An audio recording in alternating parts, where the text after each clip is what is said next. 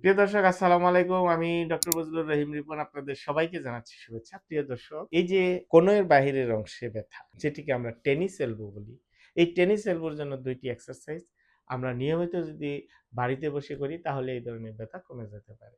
প্রথম এক্সারসাইজটি করার জন্য আমরা হাতটাকে এভাবে রাখবো। রেখে আমরা এই যে কবজিটাকে পিছনের দিকে এরকম ঘুরিয়ে নিবে, ঘুরিয়ে নিয়ে আস্তে আস্তে এইভাবে ধরে রাখবো ৫ সেকেন্ড। আবার আস্তে আস্তে নিচের দিকে নামাবো, আবার এইভাবে ৫ সেকেন্ড ধরে রাখবো, আবার এইভাবে নামাবো। এইভাবে আমরা ১০ বার এই ব্যায়ামটি করব, দিনে ৩ বার। দ্বিতীয় এক্সারসাইজটি করার জন্য আমরা এই যে এরকম একটি ডাম্বেল নিতে পারি, অথবা আমরা ১ লিটারের পানির বোতল নিয়েও আমরা এটা করতে পারি। আমরা এই যে এভাবে টেবিলের কর্নারে রাখবো, রেখে আমরা আস্তে আস্তে এটাকে নিচের দিকে নামাবো।